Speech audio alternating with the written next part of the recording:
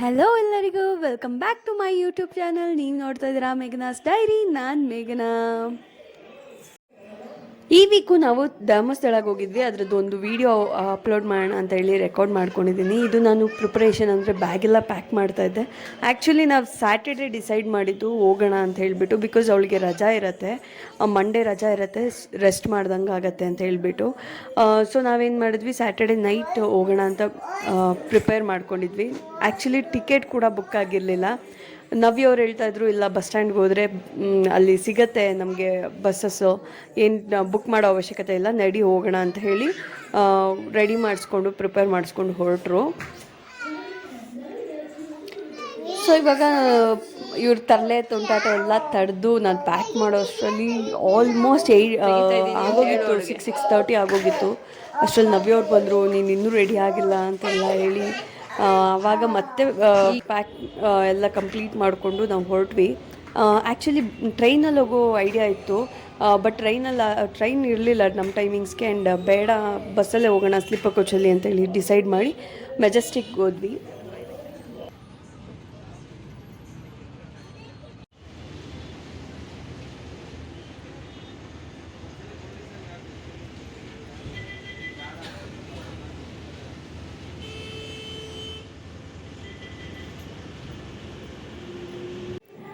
Bus ಸ್ಟ್ಯಾಂಡ್ಗೆ ಹೋದ್ಮೇಲೆ ಗೊತ್ತಾಗಿದ್ದು, ಎಷ್ಟು ಜನ ಇದ್ರಂತ. ನವ್ಯ ಅವ್ರು ಹೇಳ್ತಾಯಿದ್ರು, ಮುಂಚೆ ಈ ಥರ ಇರ್ತಾ ಇರಲಿಲ್ಲ, ಇವಾಗ ರಜಾ ಅಲ್ವಾ ಅದಕ್ಕೆ ಪ್ಲಸ್ ಫ್ರೀ ಬಸ್ ಅಂತ ತುಂಬ ಲೇಡೀಸ್ ಇದ್ದರು. ಅಂತೂ ಇಂತೂ ನಮಗೊಂದು ಸ್ಲೀಪರ್ ಕೋಚ್ ಸಿಕ್ತು.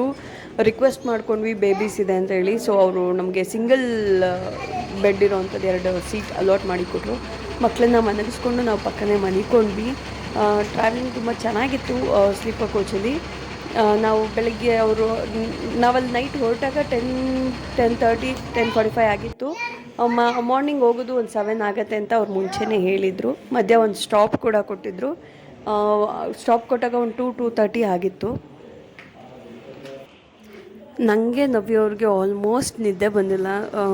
ಅಂದರೆ 10% ಸ್ಲೀಪ್ ಮಾಡಿರ್ಬೋದು ಅಷ್ಟೇ ಓಲ್ ನೈಟಲ್ಲಿ. ಬಾಕಿ ಟೈಮೆಲ್ಲ ಇವರಿಬ್ಬರನ್ನ ಇದು ಮಾಡೋದು ಅಥವಾ ನೋಡೋದು ಮನ್ಗೋದು ಅದೇ ಆಗೋಗಿತ್ತು. 6:45 ಹಂಗೆ ಎಚ್ಚರ ಆಯಿತು. ಇನ್ನೇನು ಧರ್ಮಸ್ಥಳ ಹತ್ರ ಬರ್ತಾಯಿದೆ ಅಂತ ಅವ್ರು ಹೇಳ್ತಾಯಿದ್ರು. ಸೊ ನಾವೆದ್ದು ಕೂತ್ಕೊಂಡ್ವಿ. ನಾವೆದ್ದು ಒಂದು 5-10 ಮಿನಿಟ್ಸ್ಗೆಲ್ಲ ಮಕ್ಕಳು ಕೂಡ ಎದ್ದರು. ಆಲ್ಮೋಸ್ಟ್ ಬೆಳಕು ಕಾಣಿಸ್ತಾ ಇತ್ತು, ಹಾಗಾಗಿ ಅವರು ಕೂಡ ಎದ್ಬಿಟ್ರು.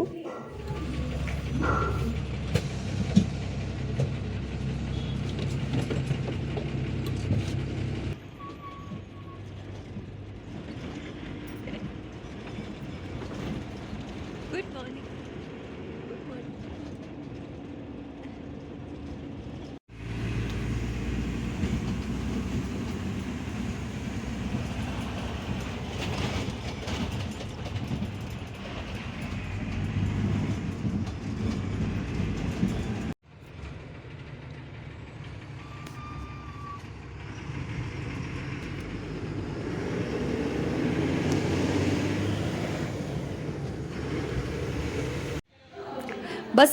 ಬಸ್ ಇಳಿದು ನೆಕ್ಸ್ಟು ಅವರಿಬ್ರಿಗೆ ಫಸ್ಟು ಮುಡಿ ತೆಗೆಸ್ಕೊಳ್ಳೋಣ, ಆಮೇಲೆ ಬೇರೆ ಏನಿದೆ ಅದನ್ನು ನೋಡ್ಕೊಳ್ಳೋಣ ಅಂತ ಅಂದ್ಕೊಂಡ್ವಿ. ಸೊ ಮುಡಿ ತೆಗೆಸೋ ಜಾಗಕ್ಕೆ ಹೋದ್ವಿ. ಅಲ್ಲೂ ಕೂಡ ತುಂಬ ಕ್ಯೂ ಇತ್ತು. ನಾವು ಎಕ್ಸ್ಪೆಕ್ಟ್ ಮಾಡಿರಲಿಲ್ಲ ಈ ಥರ ಇಷ್ಟೊಂದು ಜನ ಇರ್ತಾರೆ ಅಂತ. ರಜಾ ಕಂಟಿನ್ಯೂಸ್ ಆಗಿದ್ದರಿಂದ ತುಂಬಾ ಜನ ಇದ್ದರು. ನಮ್ಮ ಕ್ಯೂ ಬೇಗ ಫಾಸ್ಟಾಗಿ ಮೂವ್ ಆಯಿತು. ಆ್ಯಂಡ್ ನಾವು ಬೇಗ ಮುಡಿ ತೆಗೆಸ್ಕೊಂಡ್ವಿ. ಸೈಲೆಂಟಾಗಿ ಕೂತಿದ್ರು ಆ್ಯಕ್ಚುಲಿ ಇಬ್ಬರು ಕೂಡ. ಅಲ್ಲಿ ವೀಡಿಯೋ ಮಾಡ್ಕೋಬೇಡಿ ಅಂದಿದ್ದಕ್ಕೆ ನಾನು ಜಾಸ್ತಿ ವೀಡಿಯೋ ಮಾಡ್ಕೊಳ್ಳಲಿಲ್ಲ. ಹೊರಗಡೆ ಬಂದು ಅದೇ ನೋಡ್ಕೊತಾ ಇದ್ರು ಯಾವ್ದು ಹೇಗಿದೆ ಅಂತ. ಚಿಕ್ಕವಳಿಗೆ ಖುಷಿ ಇತ್ತು, ಅದರದ್ದೇನು ಇದಿರಲಿಲ್ಲ. ಬಟ್ ದೊಡ್ಡವಳಿಗೆ ಕೂದಲಂದರೆ ಸಖತ್ ಇಷ್ಟ. ಫಸ್ಟ್ ಟೈಮು ಅಷ್ಟೇ ಅದು ತುಂಬ ಹತ್ತಿದ್ಲು. ಈ ಸರಿನೂ ಅದೇ ಥರ ಅಳ್ತಾ ಇದ್ದಾಳೆ, ನಂಗೆ ಕೂದಲು ಹೋಯ್ತು ಅಂತ ಹೇಳಿಬಿಟ್ಟು. ಕೂದಲು ಬೇಕಿತ್ತಾ? ಅಲ್ಲಿಂದ 5 ಕಿಲೋಮೀಟರ್ಸ್ ದೂರದಲ್ಲಿ ಒಂದು ಚಿಕ್ಕ ಹೋಟೆಲ್, ಅದು ಫ್ರೆಶಪ್ಗೆ ಮಾತ್ರ ನಾವು ತೊಗೊಂಡಿದ್ದು. ಫ್ರೆಶಪ್ಗೆನೇ 1500 ಚಾರ್ಜ್ ಮಾಡಿದ್ರು. ರೂಮ್ ಕ್ಲೀನಾಗಿತ್ತು, ಕ್ಲೆನ್ಸಿನೆಸ್ ಆಗಿತ್ತು. ಅಂದರೆ ಫ್ರೆಶಪ್ಗಲ್ವಾ ಅಂತ ಹೇಳಿ ನಾವು ತೊಗೊಂಡಿದ್ದು, ಸ್ಟೇ ಇಲ್ವಲ್ಲ ಅಂತೇಳಿ ಫ್ರೆಶಪ್ ಎಲ್ಲ ಆಗಿ ರೆಡಿಯಾಗಿ, ಅಂದರೆ ನಾವು ಒನ್ ಅವರಲ್ಲೆಲ್ಲ ರೆಡಿಯಾಗಿ ಫ್ರೆಶಪ್ ಆಗಿ ಅಲ್ಲೇ ಟಿಫನ್ ಎಲ್ಲ ಮಾಡಿಕೊಂಡು ಹೊರಟ್ವಿ. ಚೆನ್ನಾಗಿತ್ತು.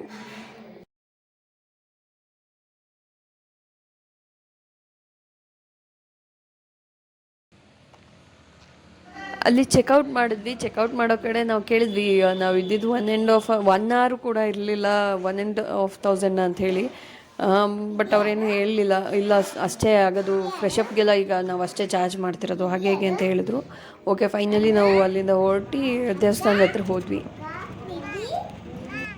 ಧರ್ಮಸ್ಥಳ ಹತ್ರ ವ್ಯೂಸ್ ಎಲ್ಲ ತುಂಬ ಚೆನ್ನಾಗಿದೆ.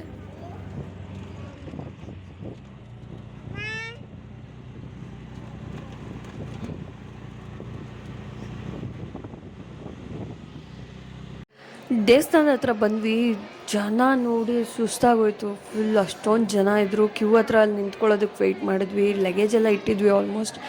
ಈಗ ಏನು ಮಾಡಬೇಕು, ಕ್ಯೂ ನಿಂತ್ಕೊಂಡ್ರೆ ಅಲ್ಲಿ ಹೋಗಿ ಕೇಳಿದ್ವಿ ಕೂಡ, ಕ್ಯೂ ನಿಂತ್ಕೊಂಡ್ರೆ 8 hours ಎಲ್ಲ ಆಗುತ್ತೆ, ಮಕ್ಕಳನ್ನೆಲ್ಲ ಇಟ್ಕೊಂಡು ಒಳಗಡೆ ನಿಂತ್ಕೊಳ್ಳೋದು ನಿಮಗೆ ಕಷ್ಟ ಆಗುತ್ತೆ ಅಂದರು. ಪೇಯ್ಡ್ ಕ್ಯೂವೇ ಅವ್ರು ಆ ಥರ ಹೇಳ್ತಿದ್ರು. ಇನ್ನು ನಾರ್ಮಲ್ ಕ್ಯೂ ಕೇಳಂಗೆ ಇರಲಿಲ್ಲ, ಅಷ್ಟೊಂದು ಜನ. ಸೊ ನಾವಲ್ಲೊಂದು ಸ್ವಲ್ಪ ಹೊತ್ತು ವೆಯ್ಟ್ ಮಾಡಿ ದೇವಸ್ಥಾನದ ಹತ್ರ ಒಂದು ಸ್ವಲ್ಪ ಹೊತ್ತು ರೆಸ್ಟ್ ಮಾಡಿ, ದೇವಸ್ಥಾನದ ಮುಂದೆನೇ ಕೈ ಮುಗಿದು ನೆಕ್ಸ್ಟ್ ಸರಿ ಬಂದಾಗ ದರ್ಶನ ಮಾಡ್ಕೋತೀವಿ ಅಂತ ಹೇಳಿ ಅಲ್ಲಿಂದ ಹೊರಟ್ವಿ. ನಾವು ನೆಕ್ಸ್ಟು ಹೊರಟಿದ್ದು ಡೆಸ್ಟಿನೇಷನ್ನು ಹಾಸನ್, ಅಮ್ಮ ಮನೆಗೆ. ಖುಷಿ ಆಗ್ತಿತ್ತು, ಮಕ್ಳಿಗೂ ಖುಷಿ ಹಾಸನ್ಗೆ ಹೋಗ್ಬೇಕು ಅಂತಂದರೆ, ಅಮ್ಮಮ್ಮ ಮನೆ ಅಂತ ಫುಲ್ ಖುಷಿಯಾಗಿದ್ರು. ಸೊ ನಾವು ಹಾಸನ್ಗೆ ಹೊರಟ್ವಿ, ಬ್ಯಾಂಗ್ಳೂರ್ಗೆ ಹೋಗಲಿಲ್ಲ. ಬಿಕಾಸ್ ಒಂದು ಸ್ವಲ್ಪ ಅಮ್ಮ ನೋಡ್ತೀನಿ ಮಕ್ಕಳನ್ನ ಕರ್ಕೊಂಬನ್ನಿ ಅಂತ ಹೇಳಿದ್ರು. ಸೊ ನಾವು ಆನ್ ದ ವೇ ಹೋಗ್ತಾ ಇರಬೇಕಾದ್ರೆ ನಮಗೊಂದು ನೋಟಿಫಿಕೇಷನ್ ಬಂತು, ದಟ್ಸ್ ಭುವಿಗೆ 1 week ಹಾಲಿಡೇ ಇದೆ ಅಂತ ಹೇಳ್ಬಿಟ್ಟು. ಸೊ ನಾನು ಅಮ್ಮ ಮನೆಯಲ್ಲೇ ಉಳ್ಕೊಂಡೆ. ನವ್ಯವರು ನೆಕ್ಸ್ಟ್ ಡೇ ಮಂಡೇ ವಾಪಸ್ ಬ್ಯಾಂಗ್ಳೂರ್ಗೆ ಹೋದರು. ಅವರಿಗೆ ಕೆಲಸ ಇಲ್ಲ ಇತ್ತು, ಸೊ ಅದಕ್ಕೆ ಅವ್ರು ಹೊರಟ್ರು. ನಾನು ಅಮ್ಮ ಮನೆಯಲ್ಲಿ 1 week ಸ್ಟೇ ಆದೆ. 1 weekದು ವೀಡಿಯೋ ಮಾಡೋದಕ್ಕಾಗಲಿಲ್ಲ, ಬಿಕಾಸ್ ಮಕ್ಕಳನ್ನ ನಾನೇ ನೋಡ್ಕೋಬೇಕಾಗಿತ್ತು, ಅಮ್ಮ ಕೆಲ್ಸಕ್ಕೆ ಹೋಗ್ತಾಯಿದ್ರು. ಸೊ ನಾನು 1 weekದು ವೀಡಿಯೋಸ್ ಏನೂ ಇರೋದಿಲ್ಲ. ಯಾರೆಲ್ಲ ನನ್ನ ವೀಡಿಯೋಸ್ನ ನೋಡ್ತಾ ಇದ್ದೀರಾ, ಸಬ್ಸ್ಕ್ರೈಬ್ ಮಾಡ್ಕೊಳ್ಳಿ. ನಿಮ್ಗೇನಾದರೂ ಇಷ್ಟ ಆದರೆ ಲೈಕ್ಸ್, ಶೇರ್, ಕಮೆಂಟ್ ಮಾಡಿ. Thank you so much for watching. ನನ್ನ ಎಲ್ಲ ಸಬ್ಸ್ಕ್ರೈಬರ್ಸ್ಗೂ ಥ್ಯಾಂಕ್ ಯು ಸೋ ಮಚ್. ಇನ್ನೂ ಹೀಗೆ ಸಪೋರ್ಟ್ ಮಾಡ್ತಾಯಿರಿ. Thank you.